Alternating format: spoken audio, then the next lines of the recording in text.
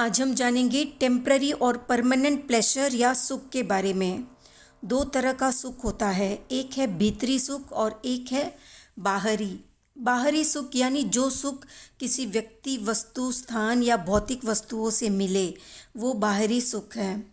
जैसे आपको कोई मनपसंद चीज़ मिली और आप खुश हो गए, मनपसंद व्यक्ति से बात हो गई या पसंदीदा व्यक्ति मिल गया, या आपकी यात्रा हो गई पसंदीदा जगह पर।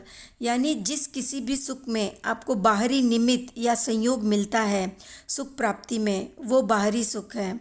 इसमें आपको व्यक्ति, वस्तु, स्थान का संयोग मिला, इस संयोग से आप खुश हुए, ये बाहरी सुख है। क्योंकि किसी के संयोग से सुख मिला है तो संयोग के जाते ही दुख भी मिल सकता है। जैसे वस्तु छूट गई या टूट गई, व्यक्ति से झगड़ा हो गया या व्यक्ति नहीं रहा, तो ये बाहरी सुख टेम्पररी है, दूसरों पर डिपेंडेंट है, कम समय का है। सुख के साथ दुख जुड़ा हुआ है, दूसरों पर आश्रित है। भौतिक चीज़ या व्यक्ति के बिना ये मिलता नहीं है।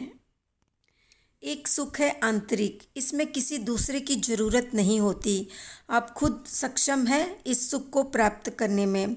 इसमें आप सुख ढूंढते हैं खुद अपने में, अपनी कंपनी में, अपने एकांत में। जो जानने योग्य है वो जान लिया, जो समझने योग्य है वो समझ लिया, जो छोड़ने योग्य है वो छोड़ दिया, और जो स्वीकार करने योग्य है वो स्वीकार कर लिया। तो ये जब अच्छे से आत्मसात हो जाता है तो भीतरी सुख का रास्ता खुलता है।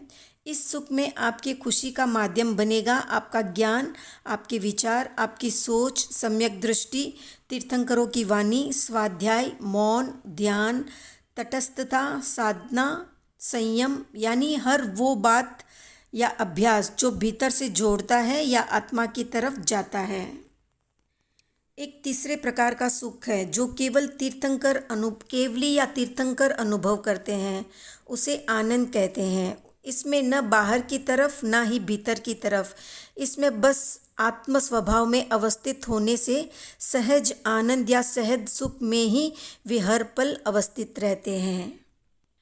क्योंकि आत्मा का स्वभाव ही है आनंद। जब तक हमें यह स्वभाव नहीं मिलता तभी तक बाहर में भटकाव चलता है। एहसास हो जाने पर भीतर की यात्रा जो शुरू होती है वो आनंद प्राप्ति के साथ पूर्ण होने की दिशा में बढ़ती जाती है। आंतरिक यात्रा से आनंद तक की यात्रा, ये है परमानेंट सुख। एक बार प्राप्त होने के बाद जाता नहीं है। बाकी के सारे सुख संयोग के साथ, वियोग से जुड़े रहते हैं, सुख के साथ दुख से जुड़े रहते हैं। केवल आनंद ही ऐसा है जिसके साथ संयोग, वियोग, सुख, दुख जुड़ा हुआ नहीं है।